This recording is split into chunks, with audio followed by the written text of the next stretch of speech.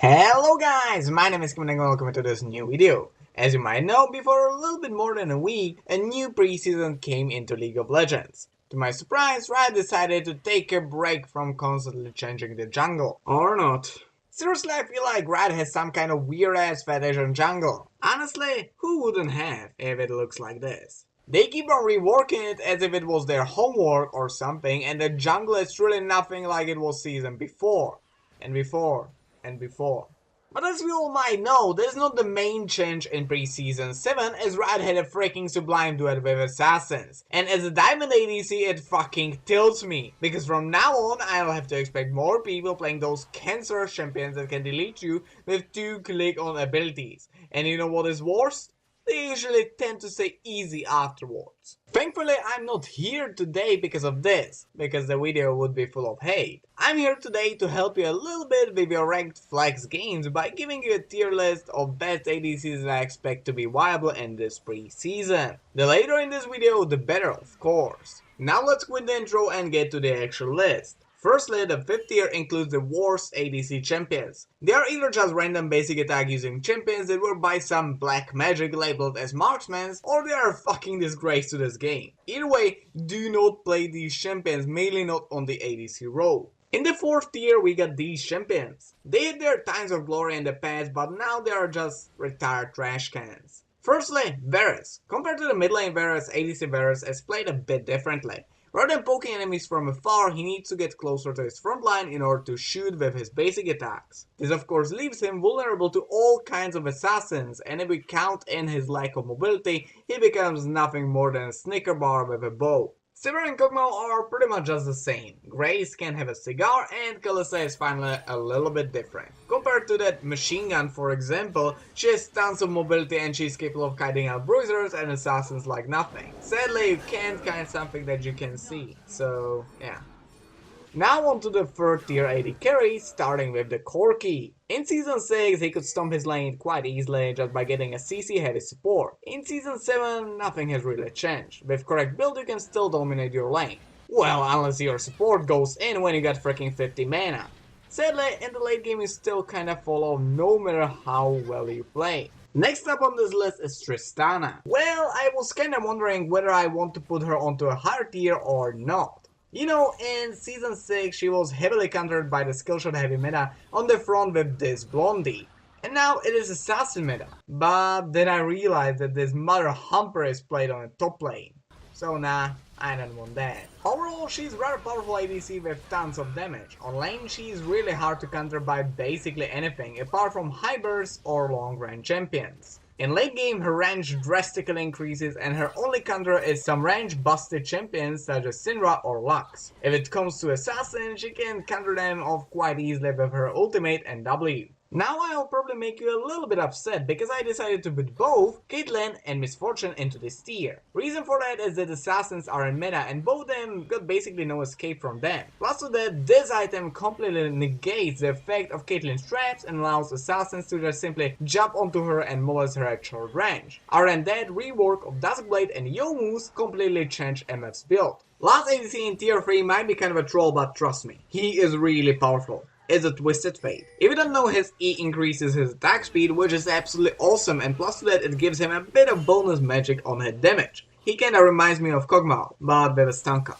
Once you build your first item and possibly half of another one, there's no stopping you. Only very few ADCs can duel you out, and if they actually can, Stone Cold motherfucker! Same thing goes for assassins, but compared to Kate, if they build this item, you can actually cast your Q to disable it. Now onto the 2nd tier AD carries. They are already really powerful competitive picks, but they always have a certain reason why they simply won't be in a top tier. Anyways, let's start with our one-shot man Jhin. Since his release in March of this year, he has been constantly amongst the top tier AD carries with his ridiculous damage. If you don't know, his passive allows him to trade attack speed and critical hit chance for percentual AD increase. And that is ridiculously broken, so to give it a little drawback, he has fixated attack speed which he can't increase no matter how many attack speed items he will buy. Sadly, he doesn't work well with the new or reworked items. The new Dust Blade requires him to have high attack speed, which he simply doesn't have, and Youmuu's is still quite useful on him, but it isn't as powerful as before. Thankfully, he still plays the same way as before, so as long as you can stop your lane, which is, let's be real here, not that hard, you get to see late game Jhin free-shotting everything. But what keeps him from being in a top tier? Assassin meta. He gets deleted before he's capable of doing anything. Basically, Assassin will delete him in 1 second and he will maximally shoot out one basic attack doing probably 400 damage. That's it. Next up is Jinx, and boy is she weak. Just so you know, the only reason why I put her into the second tier is because otherwise the third tier would be too full. But why is she so weak? The reason for that is quite simple. Literally everything is against her this season. Meta ADCs on bot usually have a certain button to just simply increase instantly their damage. Jinx on the other hand has to stack up her Q, but guess what? Until she will be capable of doing so, she is gonna be fucked so hard that she won't stand up for another week or so. And if she actually survives her laning phase, Assassin's are already waiting in line behind her. That of course doesn't mean that she's impossible to play. You just must have the luck to get stupid enemies and some disengaged support. If you get stupid enemies and disengaged support, you can get to carry the game quite heavily. Your teamfight damage is just broken, and if Bruiser gets onto you, your attack speed will absolutely shred their HP bar. The third one in this tier is Ashe. She's been quite powerful throughout the season 6, and in fact several patches were even dedicated to nerf her, which resulted in her settling around the second, maybe third tier. In season 7 she hasn't changed that much. In fact, she's even more new friendly as her Q doesn't actually reset her basic attacks animation anymore. Laning phase is quite simple to explain. Just poke the enemies down with your W and you're gonna be pretty alright. But if you want to win your lane, you gotta land your arrows. If you hit your ulti, you win, but if you miss, you're gonna have a bad time. The late game might be quite troublesome as you get no escape, but thanks to your ultimate you will transform into something like a Twisted Fate with a skill shot stun. Last one in this tier is Ezreal. Just so you know, do not pick him if you get frustrated from losing early, as he has almost no chance to win above any other meta AD carry. The reason why he was ranked so highly in this list is because he's nearly perfect counter on basically any assassin with his E. As well, he's the only AD carry with any kind of teleportation spell. That is an Urgot.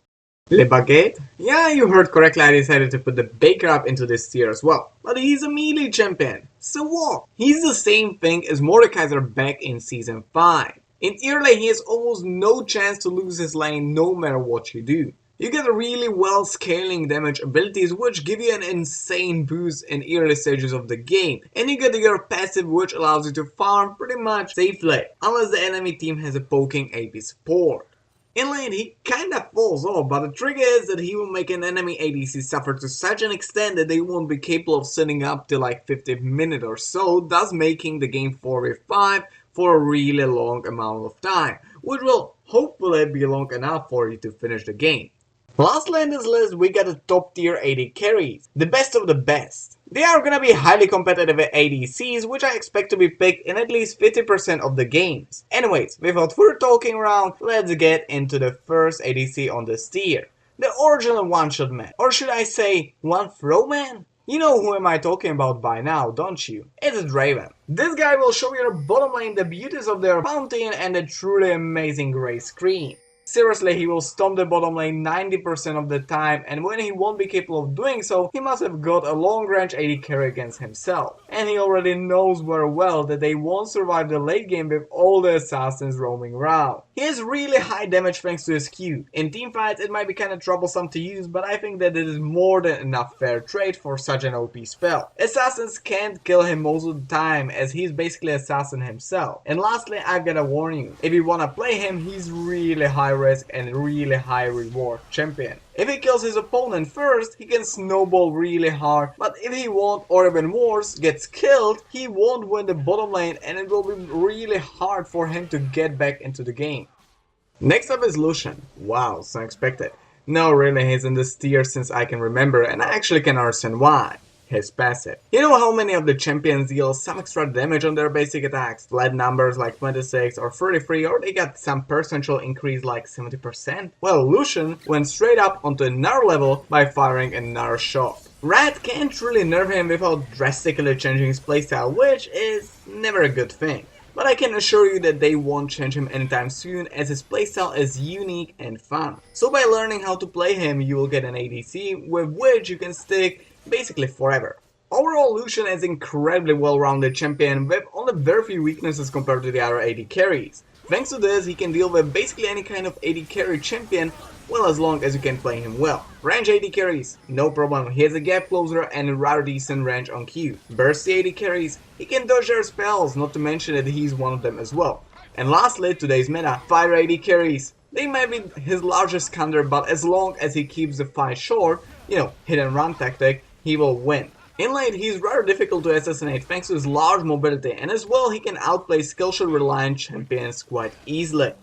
We are approaching the end of this list with Twitch. Whilst not the most dominant AD carry, he packs quite a punch, surprising enemies with his camouflaging Q and ridiculously high teamfight damage. Honestly, I've never seen him as a meta AD carry, which is truly surprising because he's practically at the same level of power since how long ago? Season 3? Anyways, that doesn't matter cause now I see him being picked or banned constantly, which can indicate only one thing, and that is that he's played. Like a lot. Online he's really weak until he finishes his first item. It can either be the new Duskblade or Borg or probably Infinity Edge, basically whatever you like if it's like non-attack speed AD item. And after you finish it you can assassinate enemy AD carry without any major problems, mainly if you go for the Duskblade. Once Twitch enters late game, you will know it, trust me.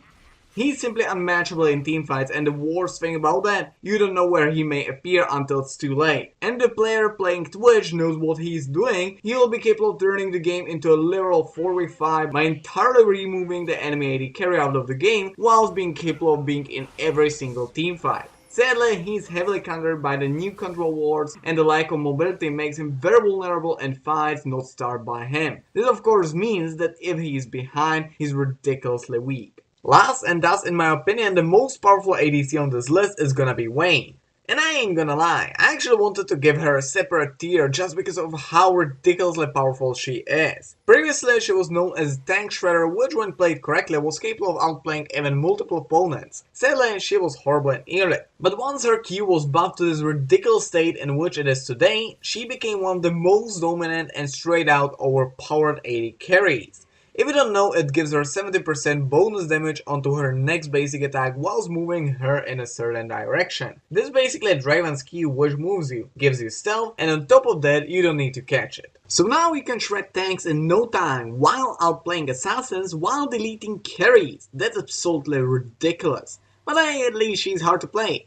Well, to just simply win your lane, no. She's no longer difficult because you win your lane by basically just picking her. But one thing remained the same. To assassinate multiple enemies at once, she requires a lot of skill. Less than before, but still a lot. In early, she's kinda straightforward. Farm until BF Sword and then win your lane. In lane, she's kind of the same as before. You get full build and you deal ridiculous amounts of damage while being really mobile. This way, it is difficult to assassinate Vayne, and it's rather common sight that Vayne can 1 versus 2 your jungler and your top laner.